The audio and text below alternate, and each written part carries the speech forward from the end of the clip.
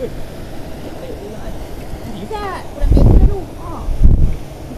Cik, so eh. Allah, tak tahu ini. Ya, aku tahu ini.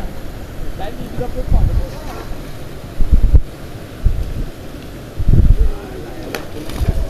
Tak juga.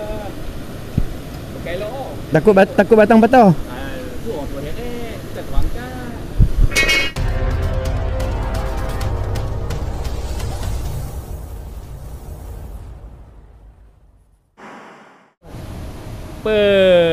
Tu dia lah orang kata orang baru mengai ni. First time semua hidup. Buat live dah MJ kat dah. Ada bekas. Tak Ada aku punya dalam bekas tu. Tali gantung tali. Okey, assalamualaikum. Hari ni petang mengai kolam ikan. Ke Tanjung Pendang. Kolam ni nama apa? Ha? Tanjung Pendang. Balai lagi. Tanjung Pendang. Tak apalah, tak kira, kita tengok tang apa nak balik lagi apa nama tu kolam ni. Okey. Tanjung Pendang.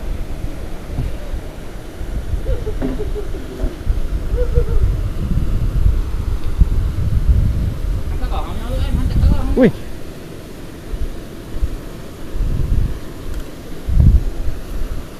Aku punya dah nak sampai dekat dah. Mana dah? Wih, besar. Sauk. Tu belakang. Ni. Oh, loncat masuk tu weh. Alhamdulillah. Hidung ni. Oh, sakit abang dah. Panas oi. Tokok rod. Okey, mantap. Okey, tengok kemang tu dah. Boleh pula.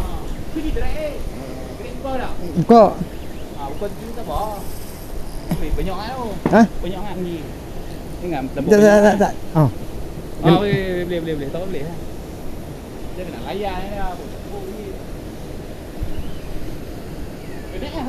Nampak. Tolong. Cakap merah je. Tolong. Abang video tak? Buatlah. Tahu tak? Boleh lah dia. Alah kamsak pun.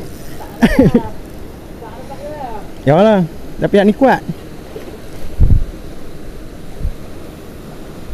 Buat. Bangkit lah ni. Bangkit yang depan ni. Merah saja ni.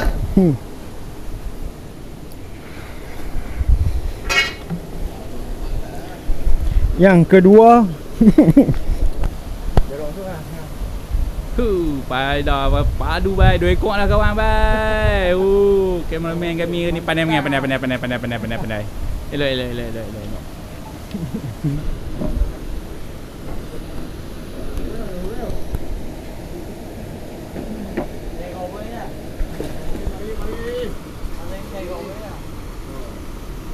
Wih, naik lah.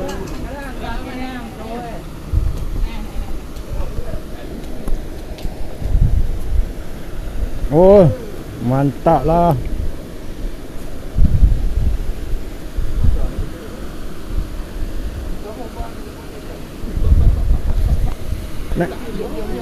Nak masuk lah.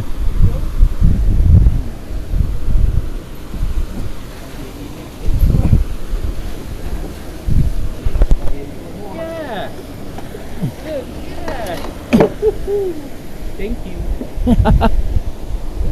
Dia ni menggasok lah 3 ekor dah seorang. Besar lah. Dah.